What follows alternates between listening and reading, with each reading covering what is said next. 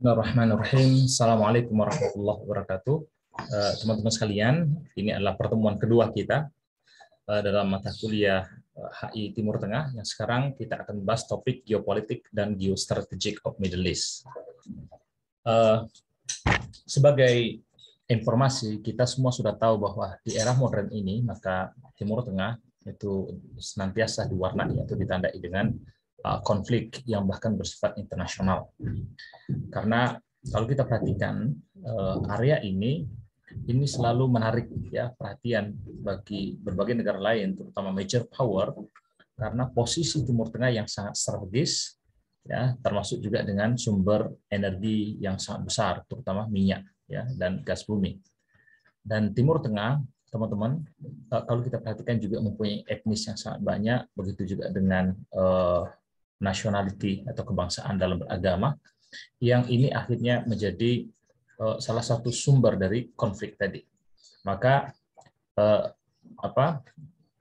ini menyebabkan, karena kadang-kadang mereka juga tidak bisa menyelesaikan konflik ya internal tadi secara mandiri, menyebabkan bahkan banyak di antara kemudian aktor-aktor luar ya atau dari major power yang akhirnya tertarik ya. Mungkin misalnya mereka datang atas nama humanitarian interventions. Sejak abad ke-19, kekuatan Eropa sebenarnya mereka sudah berlomba-lomba untuk melakukan kolonialisasi di area Timur Tengah, ya, karena mereka ingin melakukan kontrol terhadap natural resource yang ada di sana dan mendapatkan lokasi yang strategis tadi. Ya, pertemuan sebelumnya kita sudah bahas ya bahwa misalnya ketika negara-negara Eropa tadi selain mereka mau ke Timur Tengah, mereka juga ingin ke India, ya, termasuk Indonesia berarti. Hanya saja jalur yang harus ditempuh ketika mereka melewati waktu itu belum dibuka terusan Suez, ya. Kalau mereka harus melalui Afrika Selatan itu tentu jauh, ya, lebih jauh dan kemudian sangat menantang bahkan membahayakan. Maka ketika Timur Tengah, utamanya Mesir, itu bisa mereka kuasai, maka jalur menuju Asia, ya, terutama menuju India dengan teori sea power theory itu kemudian menjadi lebih mudah untuk mereka kuasai. Nah, kalau dilihat dari jumlah penduduk, teman-teman, ya tidak cukup banyak penduduk di Timur Tengah, yaitu sekitar 5,2% dari jumlah penduduk di dunia, tetapi mereka ternyata ya menikmati 55,2% dari sumber minyak. Artinya ya kebutuhan minyak dunia sebenarnya itu sangat tergantung dengan Timur Tengah, ya, termasuk 27,5% itu adalah sumber dari gas bumi. Nah, mata kuliah kita atau topik kita pada hari ini adalah tentang geopolitik and geostrategic dari Timur Tengah. Geopolitik ini adalah suatu analisis yang bersifat atau analisis yang berkaitan dengan pengaruh geografis ya posisi suatu wilayah terhadap relasi power dalam hubungan internasional. Ini menurut Dewdney. Dan kekuatan suatu bangsa ya, menurut geopolitik ya, atau peluang dia untuk bisa survive ini sangat tergantung dengan ya beberapa faktor yang bersifat geografis, misalnya lokasinya, ukuran negaranya, bentuk negaranya, ya, climate yang ada di sana, penduduk yang ada di sana, sumber daya manusianya, natural resource-nya, kapasitas industri, begitu juga dengan organisasi politik yang ada di sana. Artinya kondisi geografis ini tadi itu sangat berpengaruh ya terhadap posisi suatu negara, ya, termasuk nanti dalam menentukan interaksi dengan negara lain. Ada juga yang mengatakan geopolitik ini adalah suatu cabang dari ilmu geografi yang dia mempertimbangkan nilai strategis dari tanah ya atau wilayah ya baik daratan maupun air ya itu dalam konteks kekuatan ekonomi, kekuatan militer atau ambisi dalam politik negara mereka. Atau dikatakan juga bahwa studi yang dia ini mengkaji ya hubungan antara politik internasional dengan konteks teritorial atau lingkungan yang ada pada masing-masing negara tadi. Makanya geopolitik ini sebenarnya adalah nama lain dari political geography. Ya, mereka belajar bagaimana geografik ya atau pertimbangan geografi ini mempengaruhi ya hubungan internasional dalam jangka yang yang panjang. Dan artinya informasi yang ada pada geografis suatu negara tadi, maka ini kemudian mempengaruhi tujuan politik mereka. Jadi mereka bagaimana sikap politiknya itu tergantung dengan posisi geografisnya. Ya, contoh misalnya kalau di Asia Tenggara, ketika Singapura itu adalah suatu negara secara ukurannya sangat kecil, kemudian dia dikelilingi oleh negara-negara yang besar seperti Indonesia, Malaysia, maka tentu dia merasa insecure. Karena itu Singapura akan mencoba untuk melakukan kebijakan-kebijakan politik luar negeri ya, yang tentu bisa membantu dia untuk mempertahankan diri ya, untuk merasa lebih aman, misalnya dengan beraliansi dengan negara-negara besar, atau mungkin juga dia misalnya membangun kekuatan ya dalam aspek ya yang lain yang dia punya potensi ya. Maka kita lihat misalnya Singapura itu mencoba untuk menerima pangkalan militer dari Amerika, kemudian dia tentu saja bergabung dengan Commonwealth countries ya, dan dia mencoba untuk memperkuat ya power mereka terutama dalam bidang ekonomi. Makanya adapun dalam kasus Timur Tengah, teman-teman sekalian, kita melihat misalnya geopolitik tadi sangat penting, misalnya masalah Turki ya. Turki ini kalau kita lihat secara posisinya atau lokasinya, dia adalah jembatan ya antara Eropa dengan Asia. Ya, jadi dia menjadi jalan bagi mereka yang ada di Asia mau ke Eropa, Eropa mau menjadi Asia. Tentu saja kemudian ini banyak berpengaruh terhadap kebijakan politik luar negeri yang diambil oleh Turki ya, termasuk sempat kalau kita baca misalnya dalam berbagai media itu ada keinginan dari Turki untuk bergabung dalam NATO ya, atau bahkan bergabung dalam European Union. Kemudian yang kedua Mesir, teman-teman sekalian. Jadi kekuatan geostrategik Mesir sebagai suatu negara yang paling sentral ya, dia berada di tengah atau jantungnya Timur Tengah.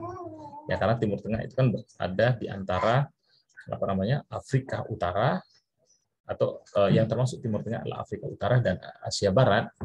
Maka dia mencoba menghubungkan antara Afrika, Asia, dan Mediterranean Europe. Karena ya seperti tadi kita sampaikan, orang ketika mereka ingin ke Asia itu ketika menggunakan jalur laut tentu lebih gampang ketika melewati Mesir, karena di Laut Tengah atau Mediterranean ya itu mereka bisa langsung masuk ke Laut Merah melalui terusan Suez. Nah, Maroko ini juga punya kekuatan maritim ya, atau aset maritim yang sangat signifikan, teman-teman sekalian. Hanya saja mungkin kendala yang dia hadapi adalah dia sudah berada pada posisi terluar dari kawasan Timur Tengah. Nah, adapun Iran, dia menggunakan daerah pegunungannya ini sebagai media untuk melakukan proteksi ya terhadap invasi dari berbagai negara. Ini berdasarkan sejarahnya ya. Termasuk juga mungkin dia membangun beberapa proyek ya besar ya, termasuk misalnya pengembangan senjata nuklir. Jadi ini kebijakan-kebijakan yang dibangun oleh suatu negara dengan mempertimbangkan geopolitik mereka. Nah, di Timur Tengah, teman-teman sekalian, kalau kita lihat geopolitik atau kebijakan geopolitik mereka itu sangat tergantung dengan sejarah ya, yang ini dikatakan mereka pernah menghadapi paling tidak di era modern ini 3 gelombang sejarah geopolitik. Yang pertama adalah sejarah ketika kolapsnya Ottoman Empire, jadi kekhalifahan Turki runtuh, yang mana awalnya Timur Tengah ini ada dalam satu kekuasaan atau satu kekhalifahan, kemudian pecah menjadi berbagai negara. Kemudian yang kedua adalah ketika terjadi Perang Dunia Kedua, ya, Khalifah Utsmani tadi runtuh itu kan pada Perang Dunia Pertama. Kemudian Perang Dunia Kedua, di sana juga kalau tadi akhirnya kan negara-negara tadi dikuasai oleh bangsa-bangsa Eropa, akhirnya bangsa Eropa pun juga kolaps mereka, atau mereka penjajahan mereka di berbagai belahan dunia itu runtuh karena memang sudah ada PBB, ada gerakan non-blok yang mereka punya komitmen untuk menentang penjajahan di muka bumi ya, sampai kemudian mereka menjadi negara yang merdeka. Tapi merdekanya negara-negara Timur Tengah itu tidak lagi kemudian bersatu sebagaimana halnya pada masa Ottoman Empire, tapi mereka menjadi negara-negara baru.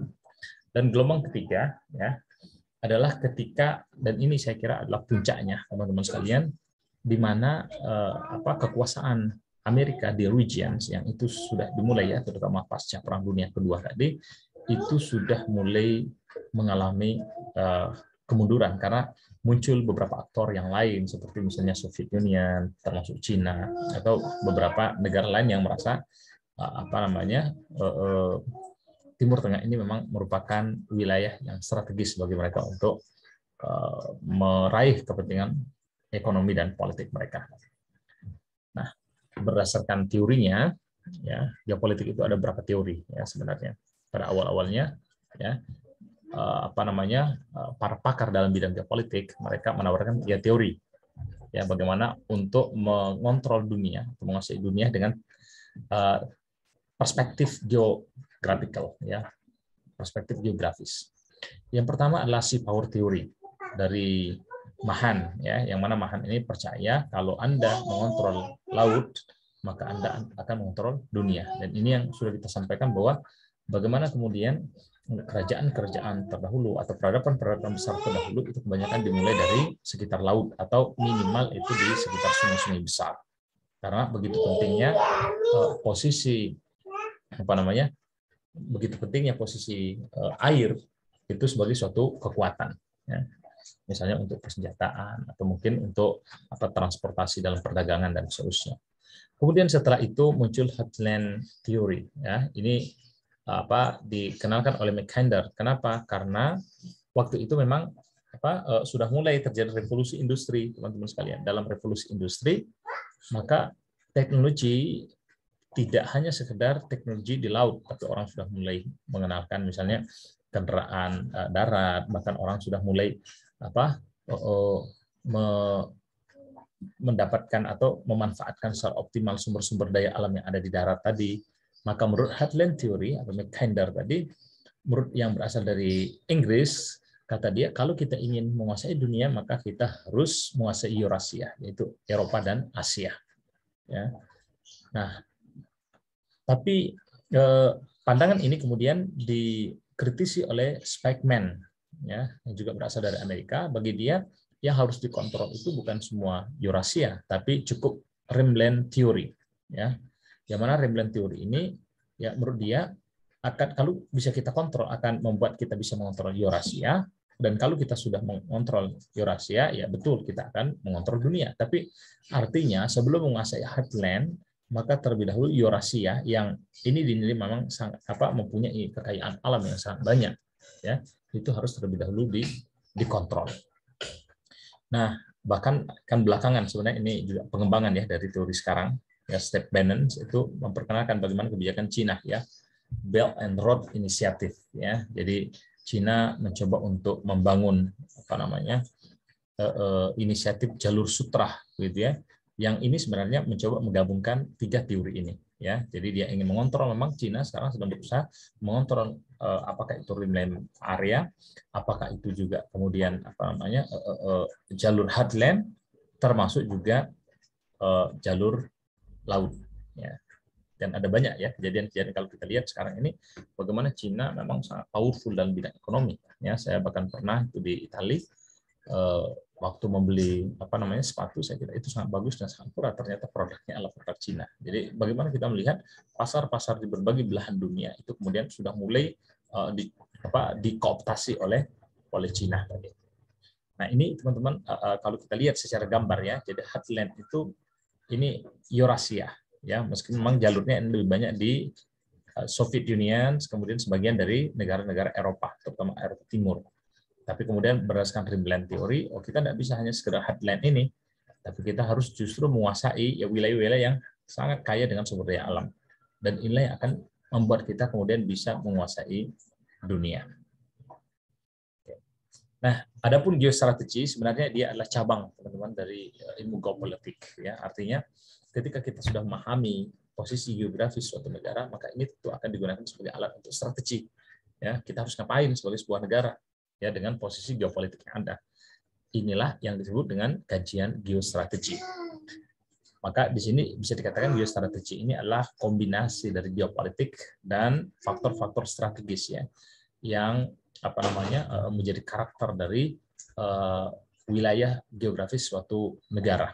Maka biasanya ya pemerintah akan menggunakan kebijakan-kebijakan strategis mereka itu berdasarkan kondisi geopolitik tadi. Maka di sini dikatakan geostrategi itu adalah panduan ya geografis terhadap suatu negara dalam mengeluarkan hubungan atau kebijakan luar negeri dia.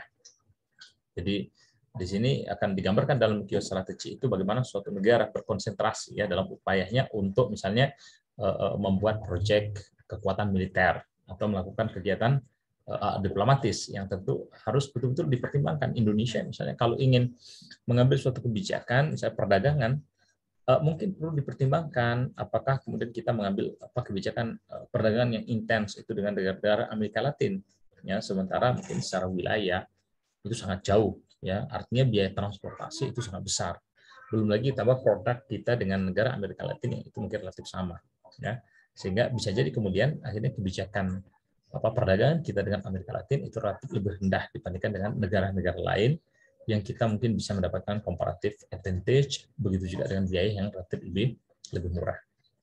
Nah, teman-teman kembali ke Timur Tengah. Jadi kalau kita lihat ya peta politiknya, nah, Timur Tengah ini terdiri dari berbagai negara ya. Jadi mulai ini berbeda pendapat memang. Ya, Afghanistan ini bisa dimasukkan Timur Tengah, kadang juga dia dimasukkan ke Asia Selatan.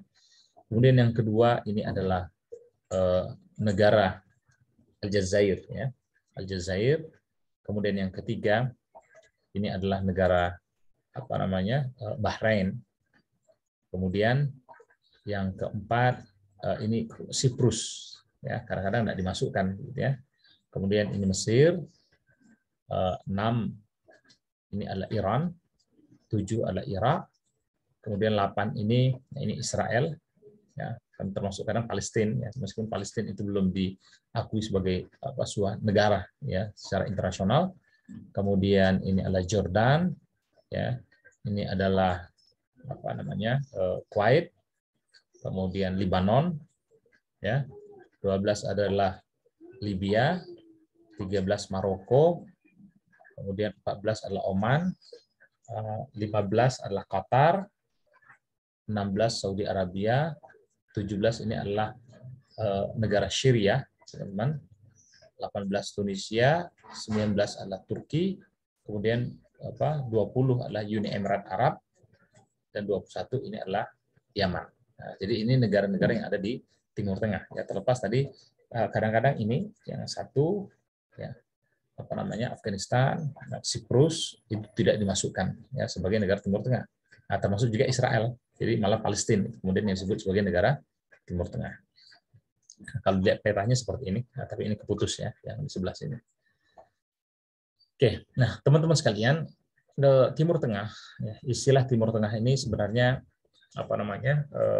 menjadi suatu perdebatan ya, perdebatan. Kenapa? Karena nama Timur Tengah ini sangat Eurocentric, ya, menjelaskan lokasi suatu regions itu berdasarkan pandangan dari Eropa.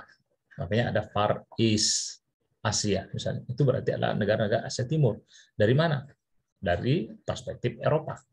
Ya, oleh karena itu ya negara-negara Barat, terutama negara-negara Eropa, mereka ini ya merasa bahwa mereka ini adalah negara yang dominan, mereka ini kelas yang lebih tinggi, bahkan mereka perlu menjadi reference ya dalam setiap kebijakan dalam politik internasional. Maka dari perspektif ini seakan-akan teman-teman sekalian dunia ini berada dalam kontrol dari negara-negara Barat tadi ya. Makanya sebagian dari orang-orang Timur Tengah mereka misalnya yang dari Arab, mereka lebih senang kalau mereka disebut sebagai negara West Asia, ya Asia Barat, atau dari Afrika Utara mereka lebih disebut sebagai North Africa, ya bukan Timur Tengah. Ya.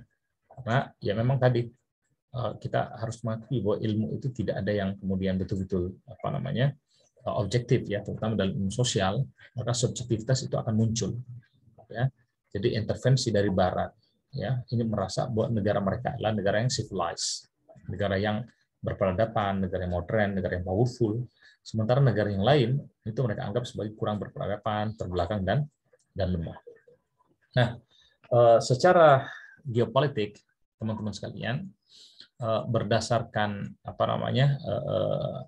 sejarah kekuasaan Ottoman, ya Turki Utsmani, sebenarnya Turki itu jadi skopnya itu adalah wilayah yang dulunya dikuasai oleh Turki. Ya, meskipun kita tahu Turki dia tidak dikategorikan sebagai bangsa Arab, ya, karena bahasanya pun juga bukan bahasa Arab, ya. Maka ya kadang-kadang Turki itu tidak disebut Arab, dan mereka orang Turki pun kadang tidak menyebut diri mereka sebagai bagian dari negara Timur Tengah tadi, ya. Bahkan mereka ada upaya untuk masuk ke Eropa tadi, ya.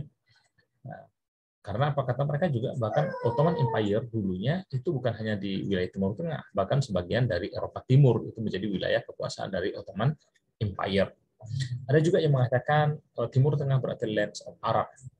Tapi masalahnya kalau Land of Arab, ya, di luar Turki misalnya, maka Persia, ya, Iran, Berbers, ya, orang Barbarian yang ada di Maroko, kemudian Kurdi yang ada di bawah Turki, ya, termasuk Turki. Kalau Kurdi ini kan ada di Irak, Syria, dan Turki, ya. Mereka juga bukan bangsa Arab dan mereka punya bahasa sendiri. Kalau dikatakan berarti ini adalah tanah Islam, ada juga masalah lagi. Kenapa? Karena ternyata di negara-negara yang ada di Timur Tengah tadi tidak kemudian semuanya Muslim, tapi ada orang Kristen, ada ada Koptik, termasuk ada orang-orang Yahudi, ya. Apalagi kalau bicara tentang Islam, misalnya Islam sendiri itu tidak satu kesatuan, ya. Di Timur Tengah sangat kelihatan sekali ada kelompok Sunni, ada kelompok Syiah, ya. Tetapi paling tidak di subjek kita, ya, kita pahami yang dimaksud dengan negara Timur Tengah adalah negara-negara yang tadi kita sebutkan, mereka berada di wilayah Asia Barat dan Afrika Utara. Nah, teman-teman sekalian, ada beberapa isu penting, ya, berkaitan dengan geopolitik di Timur Tengah. Yang pertama ini berkaitan dengan air. Jadi konfliktual, itu kan terpengaruh dengan geografis. Dan air itu menjadi salah satu sumber konflik. Apalagi sungai-sungai yang ada di Timur Tengah ini, kita lihat itu tidak hanya kemudian melalui satu negara, tapi dia melintasi beberapa negara. Misalnya kita lihat ada sungai yang cukup terkenal, itu Sungai Euphrates dan Sungai Tigris, ya. Sungai Tigris misalnya asalnya dari Turki, kemudian dia mengalir melalui negara Arab, ya, yaitu Irak, ya. Kemudian ada Sungai Euphrates. Euphrates asalnya dari Turki mengalir ke Syria dan Irak, ya. Jadi kalau kita lihat ada juga Sungai Orontes, ya, atau yang dia ini mengalir dari Lebanon, kemudian masuk ke Syria, ya, di Lebanon, masuk ke Syria, akhirnya masuk ke Mediterranean, ya, Laut Mediterranean, ya, dan juga melewati ada sebagian dari negara Turki tadi, teman-teman.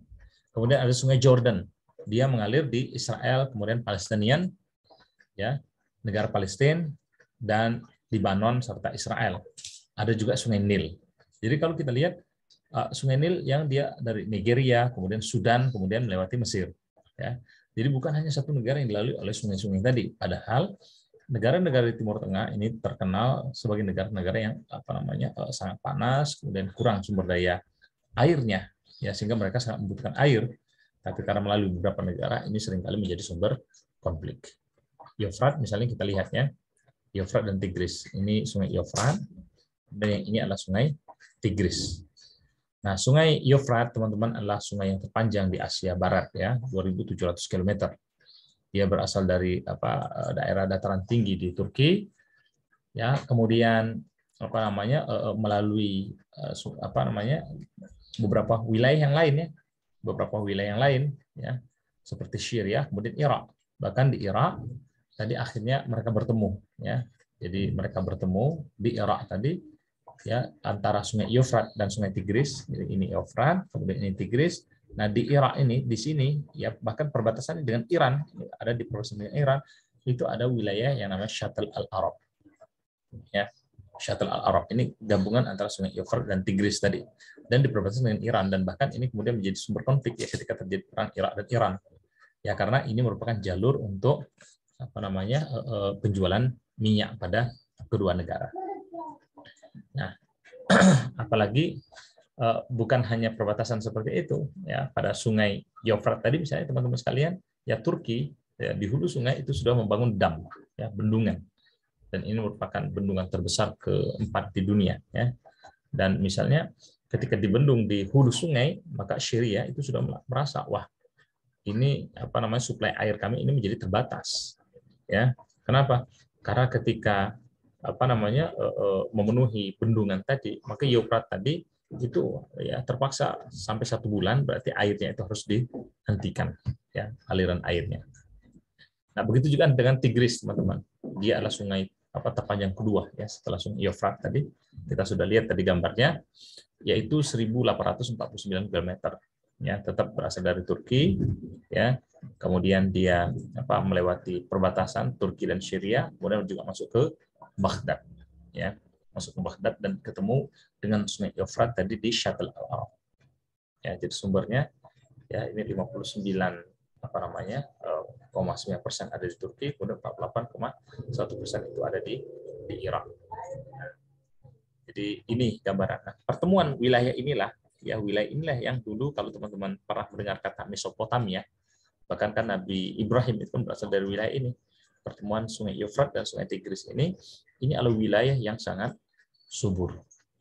Ya, Mesopotamia, land between the two rivers, ya, tanah yang berada di antara dua sungai besar. Nah, selain di Irak, ya, yang ada Eufrat, Tigris yang berasal dari ada yang Syria dan Turki, ya, semuanya dari Turki sebenarnya. Ada juga Sungai Jordan, teman-teman. Ya, karena memang wilayah yang paling banyak dilalui itu adalah wilayah Jordan. Nah, ini tapi wilayah sungai ini dia juga ya, menyebabkan karena wilayah di sini sangat butuh air, dia melewati juga sebagian dari wilayah Israel dan Palestina, ya, terutama di daerah West Bank. Kemudian menyebabkan juga konflik. Ya, ya, ada Sungai Nil, ya, jadi Sungai Nil kalau teman-teman lihat, memang alirnya ke hulu, ya, ke lautan Mediterranean, ya, dan panjangnya ini 4.100 mil, ya, berasal dari Nigeria, kemudian melewati Sudan dan melewati Mesir. Ya. Dan kalau kita perhatikan 95% dari orang-orang Mesir, ya mereka ini ya sangat tergantung dengan sungai Nil tadi, ya.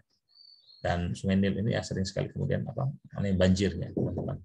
Dan di Mesir sama seperti di Turki tadi atau bahkan di Syria, mereka juga membangun dam, ya, membangun bendungan, bahkan menjadikan ini sebagai hydroelectric power, ya, sumber untuk minyak, sumber untuk listrik.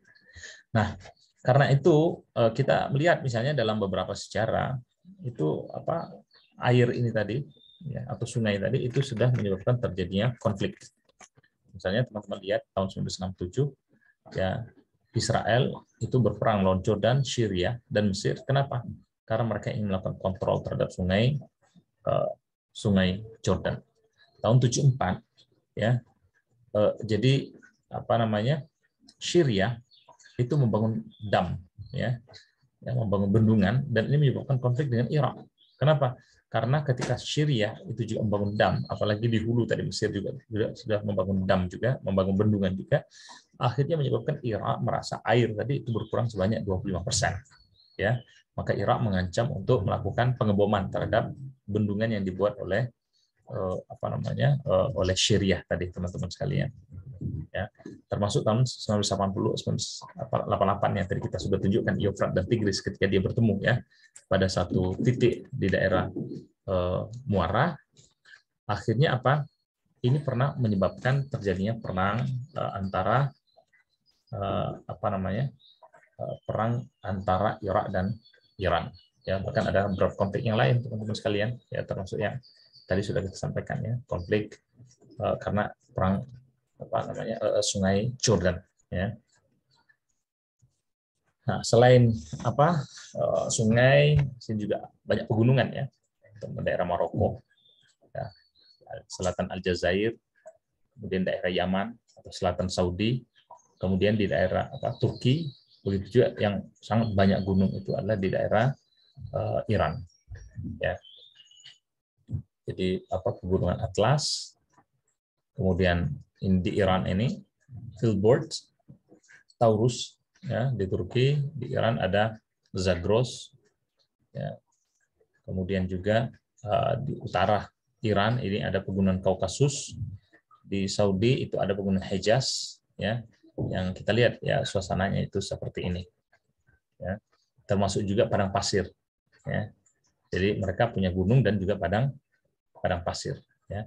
Padang pasirnya ada Sahara, ya. Nah, ini di Afrika Utara. Kemudian ada Arabian Desert, ya. Kemudian ada Negev. Negev ini ada di Israel, ini di Saudi. Kemudian padang pasir Sinai, ya. Padang Sinai ada di Mesir. Kemudian di Libya, Rub al-Khali di Saudi. Ya, dan kondisinya kita tahu seperti ini, ya, sangat panas, ya, dan tidak ada tumbuh-tumbuhan di sini. Nah, mereka juga merupakan sumber minyak, ya, tadi sudah kita singgung, teman-teman. Jadi kalau tahun 2022 sudah kelihatan bagaimana kemudian dunia itu sangat tergantung dengan minyak yang ada di Timur Tengah, hasil minyak terbesar di dunia. Dan ini akhirnya yang menyebabkan kenapa banyak negara-negara asing atau negara-negara luar, terutama major power, yang mereka tertarik untuk datang ke Timur Tengah. Ya, yang mereka ini sebenarnya, misalnya Amerika Serikat, dia menjadikan jaminan proteksi, ya, terhadap aliran minyak, ya, secara konstan ke negara mereka, ini sebagai alasan atau kepentingan utama dari Timur Tengah, dari Amerika di Timur Tengah, ya, termasuk mereka mencegah, ya, berkembangnya senjata nuklir. Nah, ini kepentingan yang lain dari Amerika Serikat, ya. Yang jelas bagi Amerika, wilayah Timur Tengah ini sangat penting, ya, apalagi di sana itu ada Israel, ya, yang menjadi sekutu dekat mereka. Maka bagi Amerika, konflik yang ada di Timur Tengah itu sangat dibutuhkan, karena akan menjadi alasan bagi mereka untuk melakukan humanitarian interventions. Makanya Amerika pun juga menjadikan konflik, selain itu Amerika juga menjadikan konflik Timur Tengah itu sebagai media untuk melakukan supply terhadap senjata. Jadi ada industri persenjataan, ya, yang mereka kembangkan. Nah, ada Rusia, teman-teman sekalian, dia merupakan oposisi Amerika, ya. Jadi termasuk juga beroposisi dengan Irak, ya, dalam perang dan berbagai perang yang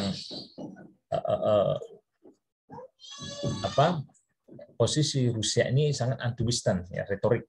Ya. Meskipun kita tidak tahu kalau di belakangnya apa yang terjadi. Cuman mereka sebagai major power misalnya berusaha untuk menampilkan seakan-akan selalu bermusuhan dengan Amerika. Ya. Meskipun kalau kita lihat secara detail, ya, potensinya sebenarnya mereka sudah melakukan pembicaraan di belakang layar. Ya.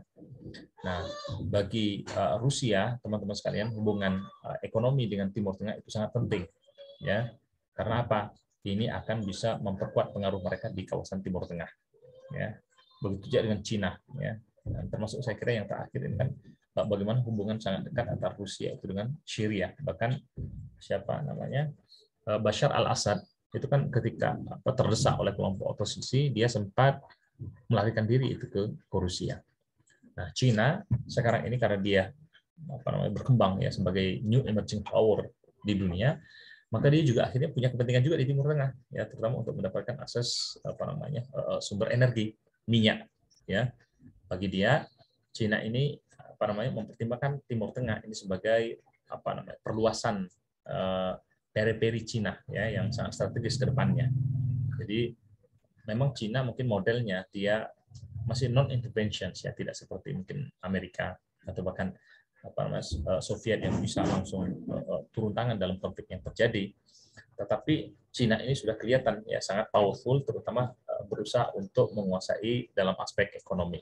Ya, nah, kalau kita lihat dalam berbagai kasus-kasus lokal, ya, negara-negara besar major power ini dalam konflik Syria, misalnya Rusia, Turki, Iran, ya, termasuk Amerika Serikat, mereka sudah mulai masuk, ya, yang membuat konflik bukan hanya sekedar konflik domestik atau bahkan bukan konflik regional saja, tapi bahkan berkembang menjadi konflik internasional.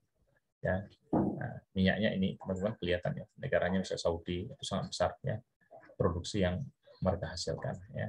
Tapi ini memang belum semua negara-negara Timur Tengah yang kita tampilkan. Saya kira mungkin itu teman-teman sebagai pengantar, ya. Ya, minimal teman-teman dapat gambaran bahwa wilayah Timur Tengah memang adalah wilayah yang sangat strategis, ya, kaya dengan sumber daya alam, tapi secara geopolitik dia ini juga penduduknya juga beragam dan mereka susah sekali untuk bersatu, ya. Dan cuacanya panas, yang ini juga mungkin menjadi suatu faktor yang menyebabkan kenapa kemudian wilayah ini terkesan sebagai wilayah yang sangat konfliktual. Ya, terima kasih. Monggo mungkin ada yang ingin teman-teman diskusikan atau tanyakan, kami persilakan. Assalamualaikum warahmatullahi wabarakatuh.